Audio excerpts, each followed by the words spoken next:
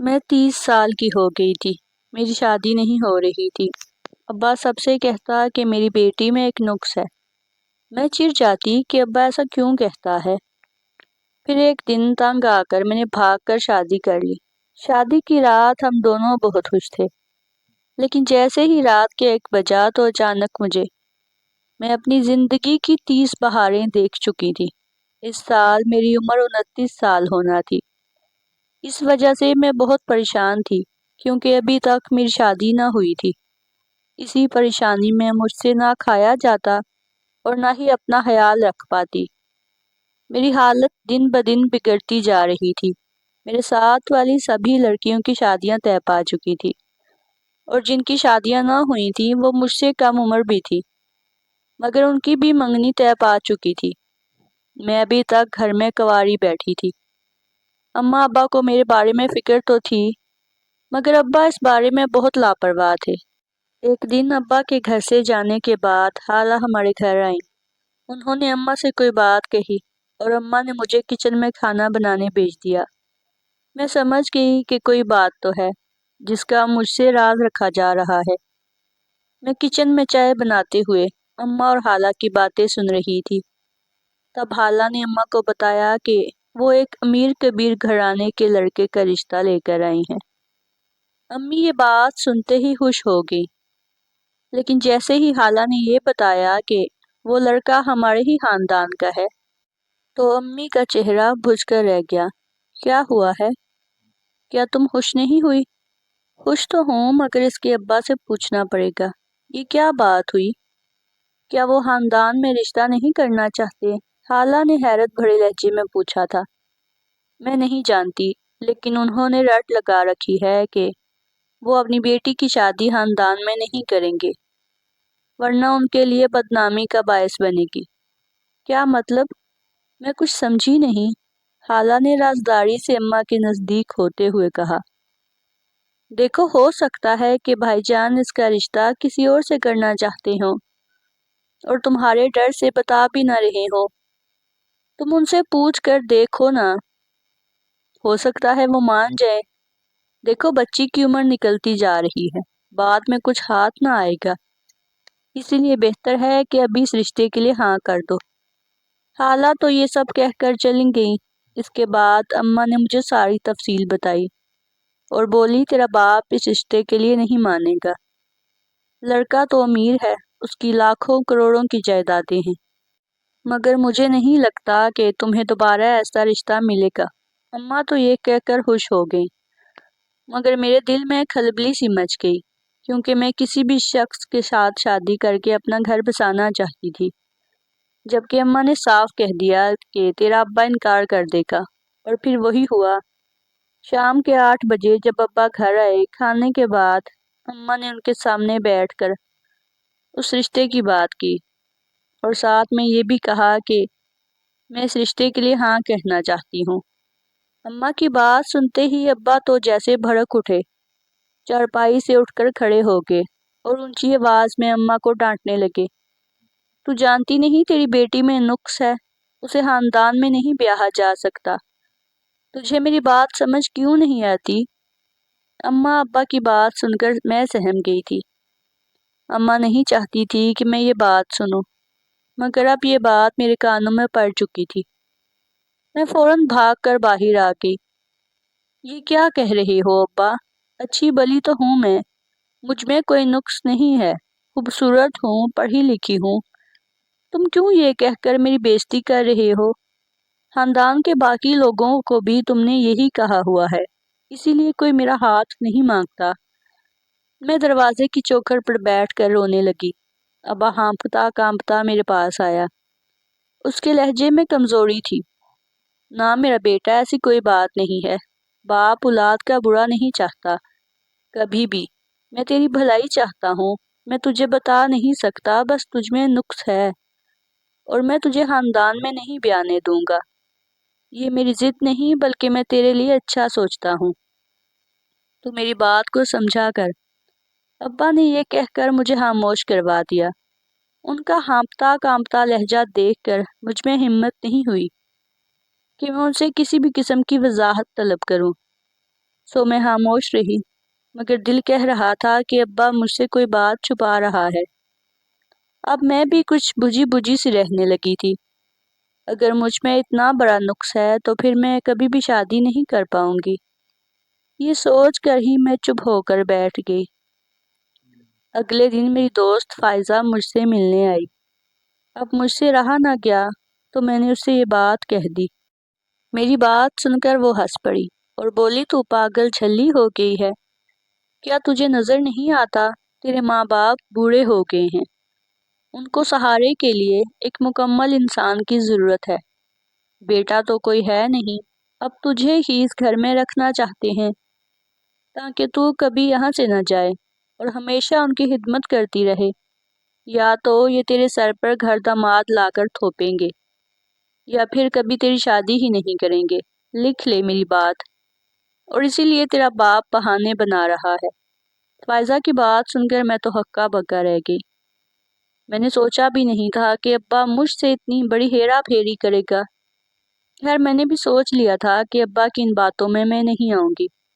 تبھی میں نے بھی دل لگی کرنے کا سوچا، کیونکہ میں جانتی تھی کہ ابا شرافت سے مجھے بیانے والا نہیں۔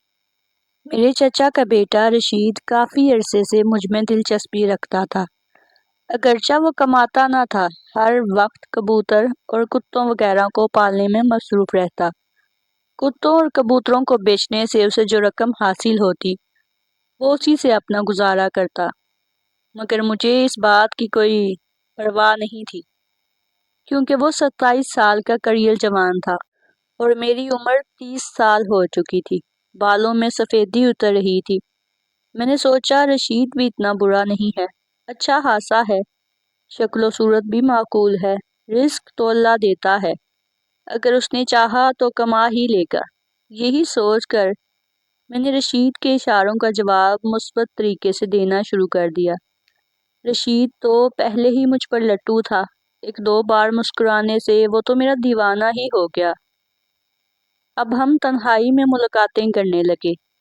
رشید مجھ سے محبت کا بھرپور اظہار کیا اور کہنے لگا کہ میں تم سے شادی کرنا چاہتا ہوں، میں تجھے اپنا بنانا چاہتا ہوں، تو ایک بار میری ہو جا، پھر میں تایا ابو کو خود سمجھا دوں گا کہ وہ تیرے بارے میں ایسی باتیں مت بولیں، میں تجھے کبھی چھوڑ کر نہیں جاؤں گا، ہمیشہ تمہارے ساتھ رہوں گا۔ اب میں اپنی ماں سے کہتا ہوں کہ وہ تیرے لیے تیرے ابا سے بات کریں۔ میں بھی بہت خوش ہو گئی، کیونکہ رشید گھر کا اکلوتا لڑکا تھا۔ میرے خیال میں ابا اس بارے میں انکار نہیں کر سکتے تھے، کیونکہ رشید کو تو سب ہی جانتے تھے، اور رشید اچھا خاصا فرمانبردار اور شریف لڑکا تھا۔ بس اس کی بری عادت تھی کہ وہ کبوتر وغیرہ پالنے میں زیادہ دلچسپی لیتا تھا اور کوئی کام کاج نہ کرتا۔ رشید نے مجھ سے وعدہ کیا تھا کہ شادی کے بعد وہ مجھے گھر بٹھا کر ہی کھلائے گا، خاندان کی باقی عورتوں کی طرح مجھے گھر سے باہر پیسے کمانے کے لیے ذلیل و رسوا نہیں ہونے دے گا۔ میں نے رشید کی باتوں میں آ کر ابا کے بھی کان میں یہ بات ڈال دی تھی، مگر انہوں نے کسی قسم کا رد عمل کا اظہار نہیں کیا۔ میں سمجھی کہ ابا راضی ہیں۔ مقررہ دن پر رشید نے مجھے بتایا کہ آج چچی تمہارے گھر رشتہ مانگنے آئیں گی، مگر اسی دن شام کو چچی بھڑکتی ہوئی میرے گھر پہنچی۔ ان کے اور ابا کے بیچ میں نہ جانے کیا بات ہو رہی تھی، کیونکہ یہ دونوں کمرہ بند کر کے اندر کوئی بات چیت کر رہے تھے۔ ابا کی آواز کمزور سی تھی، جبکہ چچی چیخ رہی تھی۔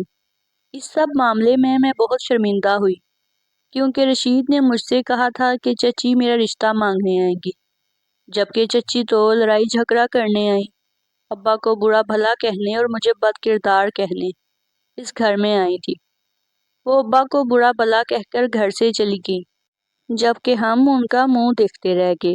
رشید نے بھی اپنی ماں سے اس بات کی توقع نہیں کی تھی، وہ بہت سخت پریشان ہوا، اور میری تو شرمندگی کا برا حال تھا، کیونکہ چچی کے جانے کے بعد ابو نے مجھے پیٹنا شروع کر دیا۔ منحوس، تجھے یہی ملی تھی، اسی کا بیٹا تجھے نظر آیا تھا شادی کے لیے، دیکھتی نہیں کہ عمر میں وہ تجھ سے 3 سال چھوٹا ہے۔ اس کی ماں مجھے تانے دے کر گئی ہے، اور اس کے اور ہمارے بیچ جو معاملات ہیں ان کو ہمارے بیچ ہی رہنے دے۔ تو کیوں ایسی باتیں کرتی ہے بیٹی جس سے تیرے باپ کا دل دکھے؟ خدا کے لیے باز آ جا۔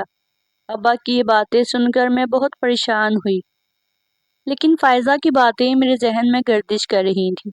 میں جانتی تھی کہ ابا اور چچی دونوں ہی بہانے بنا رہے ہیں، ورنہ ہم دونوں میں ایسا کوئی نقص نہ تھا کہ ہماری شادی نہ کروائی جائے۔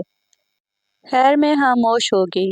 اب کی بار میں نے رشید کو بھی بتا دیا کہ یوں ہمارے گھر میں ہماری شادی نہیں ہونے والی۔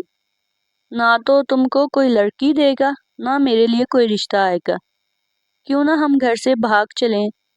اگر بھاگ کر شادی کریں گے تو کسی کو کوئی اعتراض نہیں ہوگا، کیونکہ ہم دونوں ایک دوسرے کے ذمہ دار خود ہوں گے۔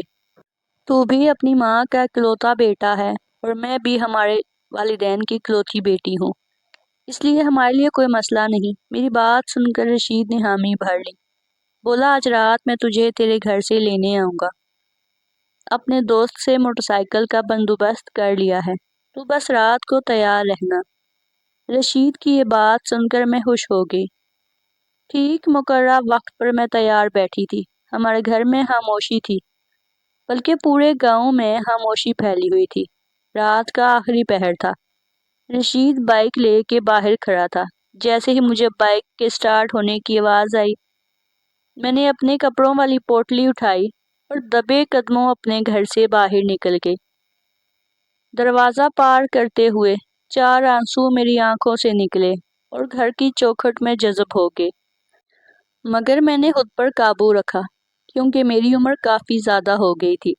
اب میں مزید انتظار نہیں کر سکتی تھی، ورنہ ہمیشہ کے لیے خوشی سے محروم ہو جاتی، جس کی ہر لڑکی خواہش کرتی ہے۔ میں جب رشید کے ساتھ موٹر سائیکل پر بیٹھی تو میرے ہاتھ کانپ رہے تھے۔ مجھے بہت زیادہ ڈر لگ رہا تھا۔ رشید بھی پریشان تھا۔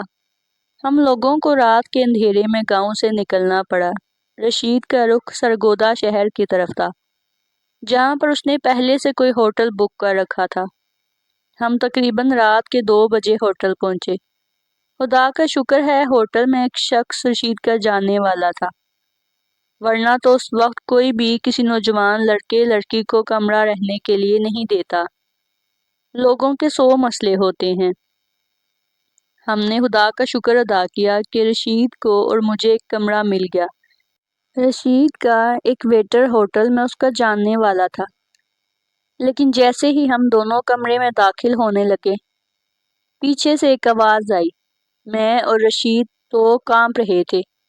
میری ریڑھ کی ہڈی میں سنسنی دوڑ گئی۔ میں نے پیچھے مڑ کر دیکھا تو ایک آدمی کھڑا تھا۔ اس کی بڑی بڑی داڑھی اور مونچھیں تھیں۔ مجھے تو اسے دیکھ کر ہی خوف آ رہا تھا۔ وہ ہوٹل کا مینیجر تھا۔ کہنے لگا تم دونوں میاں بیوی ہو؟ جی ہاں، میں نے ہانپتے ہوئے جواب دیا۔ اچھا، تو پھر تمہارا نکاح نامہ کہاں ہے؟ اس نے ہم دونوں کو سر سے پاؤں تک گھوڑا۔ جی وہ ہمارا نکاح نامہ تو گھر رہ گیا ہے، ہم دونوں گھر سے بھاگ کر آئے ہیں۔ اس نے ہماری بات پر یقین نہیں کیا، ہمیں وہاں سے جانے کا کہنے لگا۔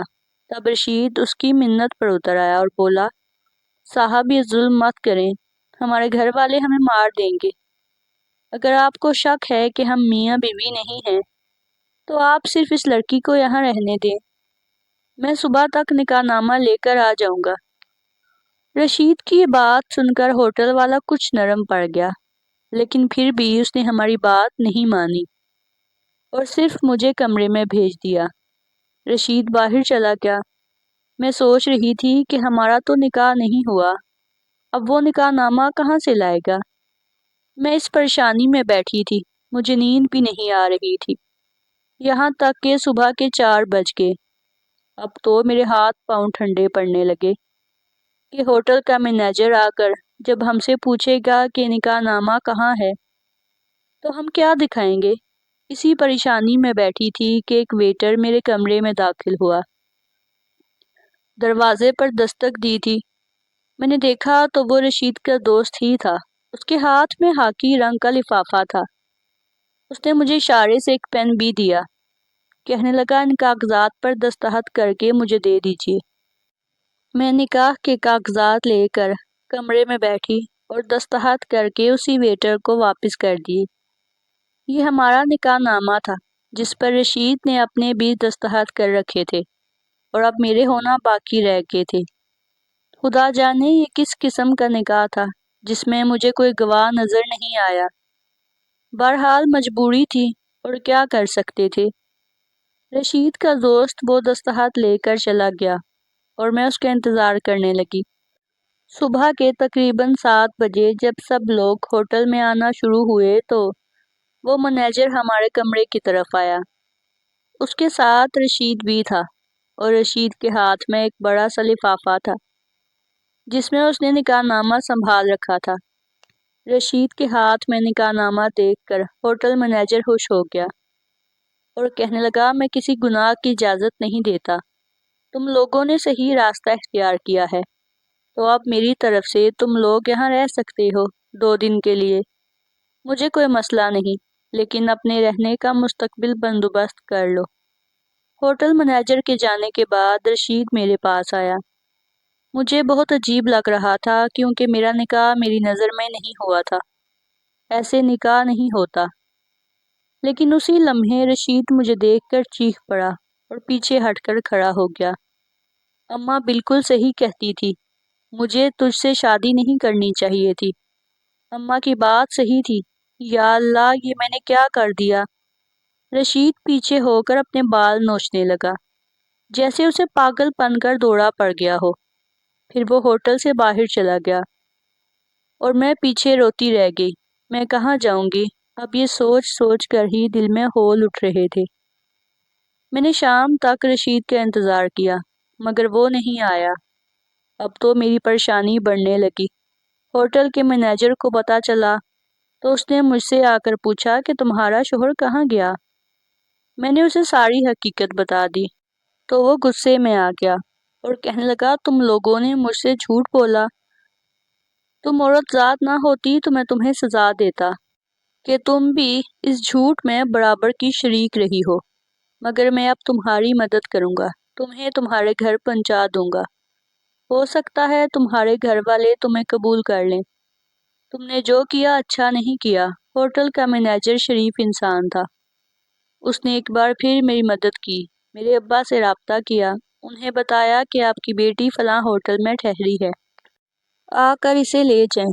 ابا نے پہلے تو مجھے خوب برا بھلا کہا، لیکن وہ باپ تھے، مجھ سے محبت کرتے تھے۔ انہوں نے آ کر مجھے لے جانے کا فیصلہ کیا اور ہوٹل کے مینیجر کو آگاہ کیا کہ مجھے فلاں جگہ پہنچا دیا جائے۔ اس کے ایک آدمی نے مجھے لاڑی اڈے تک پہنچا دیا جہاں ابا مجھے لینے آئے تھے۔ میں نے دیکھا ابا کے ساتھ ایک خوبصورت لڑکا بھی کھڑا تھا۔ یہ کون تھا اور کہاں سے آیا تھا میں تو نہیں جانتی تھی، مگر ابا کے ساتھ اسے دیکھ کر مجھے عجیب سا لگ رہا تھا۔ گھر پہنچ کر ابا نے مجھے ایک عجیب بات بتائی، میں تمہارا نکاح اس شخص سے کرنا چاہتا ہوں۔ یہ کون ہے؟ میں نے ڈرتے ڈرتے پوچھا۔ یہ میرا شاگرد ہے، اسے تمام حقیقت کا پتہ ہے۔ تم کو کیا لگتا ہوگا کہ تمہارا باپ جھوٹ بولتا ہے، لیکن تم نے دیکھ لیا ہوگا کہ رشید تمہیں چھوڑ کر چلا گیا۔ ضرور اسے بھی تمہارے نقص کا پتہ چل گیا ہوگا۔ میں نے تم سے کہا تھا نا بیٹی کہ تم ایسا کبھی مت کرنا، لیکن تم نے میری بات ہی نہ سنی۔ یہ کہہ کر ابا گھر کی طرف روانہ ہو گئے۔ میں اس نوجوان کی طرف سے حیران تھی جو میرے گھر سے بھاگ کر نکاح کرنے کے باوجود بھی مجھے اپنانے پر راضی تھا۔ لیکن ابا نے ایک عجیب بات کی۔ نکاح سے پہلے انہوں نے کہا کہ یہ لڑکا ایک رات ہمارے گھر میں رہے گا تاکہ ہم اچھی طرح تسلی کر لیں کہ یہ تمہیں قبول کرے گا یا نہیں۔ شام کے اندھیرے پھیل گئے تھے۔ میں اپنے کمرے میں بیٹھی اپنے مستقبل کے بارے میں سوچ رہی تھی کہ ابا نے مجھے کمرے سے باہر بلایا۔ میں ڈرتے ڈرتے ان کے ساتھ گئی۔ دیکھا تو دوسرے کمرے میں وہی نوجوان لڑکا بیٹھا ہوا تھا۔ کمرے میں ہلکی ہلکی روشنی تھی۔ ابا نے مجھے اس کے سامنے لا کر کھڑا کیا۔ اس نے ایک نظر دیکھ کر اپنا سر جھکا لیا اور اس بات میں سر ہلا دیا۔ میرے باہر جانے کے بعد اس لڑکے اور ابا کے بیچ نہ جانے کیا بات ہوئی۔